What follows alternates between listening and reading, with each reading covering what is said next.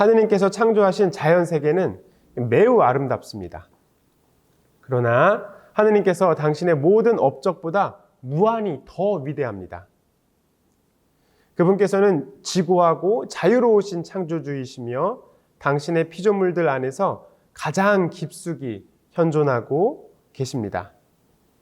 우리 눈에 보이지 않아서 우리가 쉽게 믿을 수 없지만 그분은 창조하신 뒤에, 우리를 창조하신 뒤에 당신의 피조물을 그대로 놔두고 있을까요? 아니면 그냥 계속해서 섭리하시면서 우리를 지켜주고 계실까요?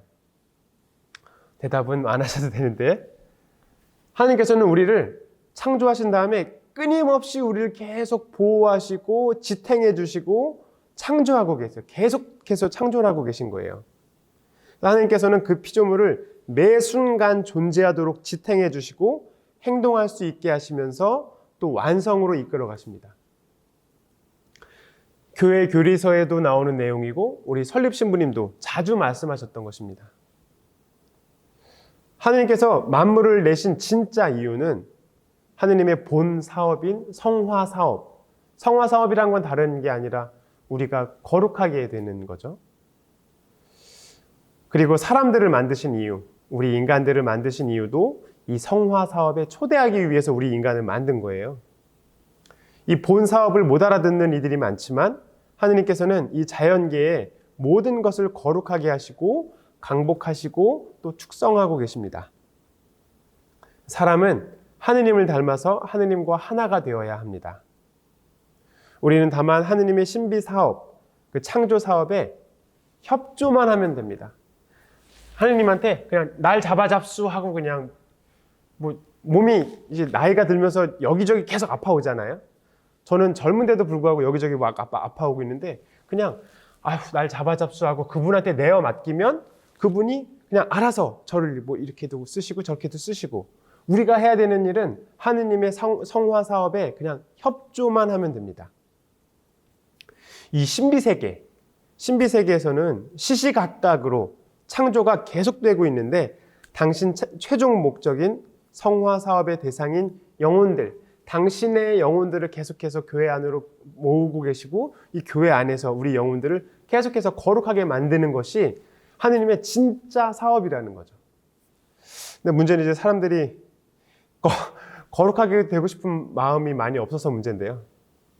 하느님은 우리를 거룩하게 만드는 것이 진짜 사업이고 우리들은 그 거룩함에 대해서 좀 꼭 거룩함은 수도자나 성직자들만 되는 것이지 일반 신자들은 안 돼도 되지 않을까? 이렇게 생각하는 것이 현실입니다. 세상은 수도자들을 이해하지 못합니다. 그리고 신비세계가 있다는 것도 이해할 수 없고 더더군다나 이 십자가의 비결도 이해할 수 없습니다. 하느님의 사랑을 담뿍 담아 놓은 다음에, 하느님 사랑이 담뿍 담긴 다음에 그 위에 십자가로 이렇게 슬쩍 덮어 놓으셨거든요. 그렇기 때문에 세상 사람들은 이 십자가만 보고 징그러워. 내가 어떻게 십자가에 매달릴 수 있을까? 나는 싫어. 근데 이 십자가를 잡게 되면 이 십자가 밑에 어마어마한 그 보화들이 깔려 있는데 세상 사람들은 그걸 못 본다는 거죠. 관심도 없고. 근데 십자가의 길을 가는 사람들에게 당신의 비밀을 가르쳐 주십니다. 세상에서의 똑똑한 사람들은 그런 것들을 잘 모르는 것 같습니다. 똑똑한 사람들은 자신의 지식으로 모든 걸 판단합니다. 그러니까 이게 눈뜬 장님이죠. 침묵의 눈으로 보지 않으면 신비세계를 볼 수 없습니다. 신비세계를 보려면 침묵의 눈, 좀 이따 이제 배우게 될 침묵 10개를 잘 지켜야 되는 거죠. 자신의 죄와 사욕으로 인하여 진짜 세계인 신비세계를 깨닫지 못하고 있습니다. 신비세계로 입장하기 위한 재료는 단순합니다. 이거 우리 설립 신부님이 너무나 많이 강조하셨던 건데, 신비세계의 입장권은 여러분들이 별로 좋아하지는 않으실 것 같은데, 모욕, 누군가의 모욕받는 거, 천대, 비슷한 용어죠. 천대받고 모욕받는 거, 그 다음에 십자가, 이것도 안 좋아하는 거겠죠. 그 다음 미소한 일, 아주 작은 일, 범상한 일, 그냥 평범한 일들이 이 신비세계의 입장권이라고 합니다. 특히 모욕과 천대와 십자가에 당신 복을 가득가득 채워주십니다. 저의 이야기가 아니라 우리 설립 신부님의 말씀입니다.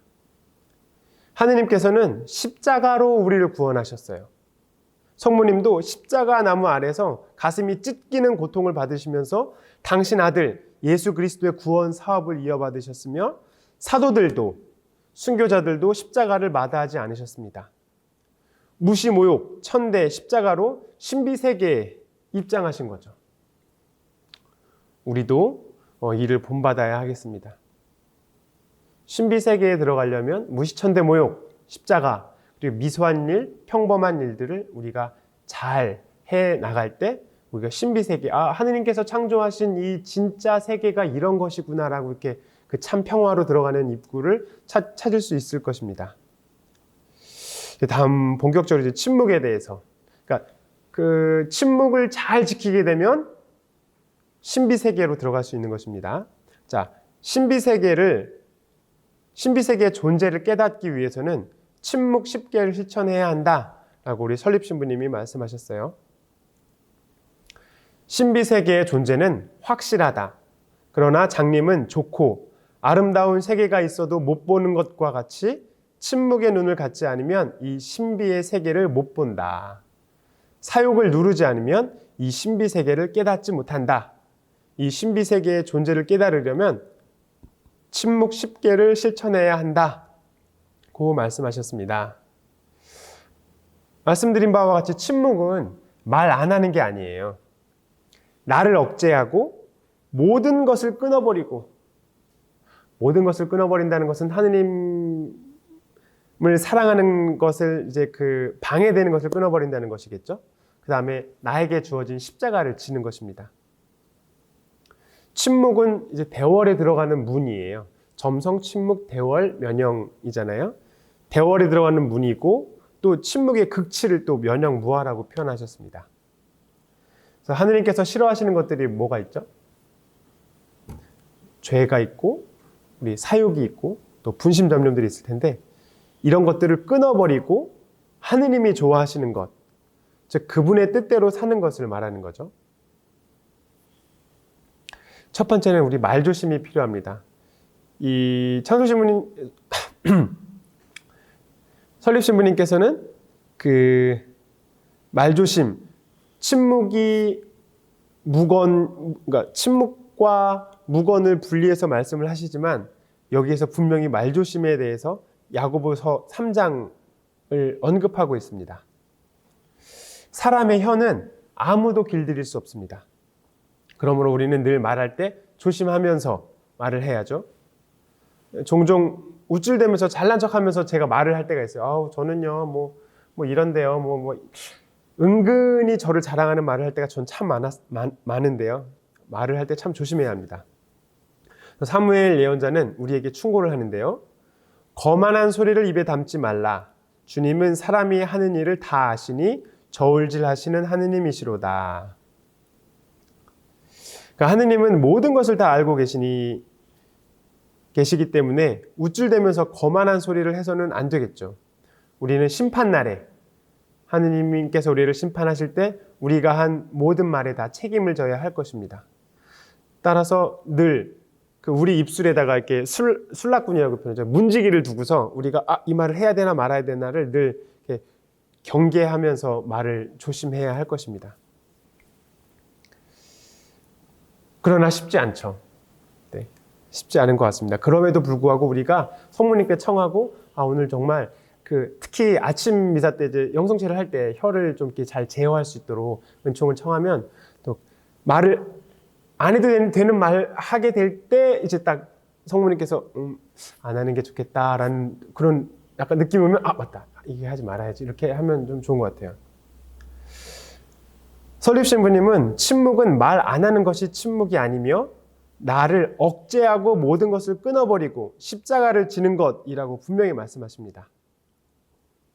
우리는 침묵도 필요하고 무언, 말 안 하는 것도 절제하는 것도 필요합니다.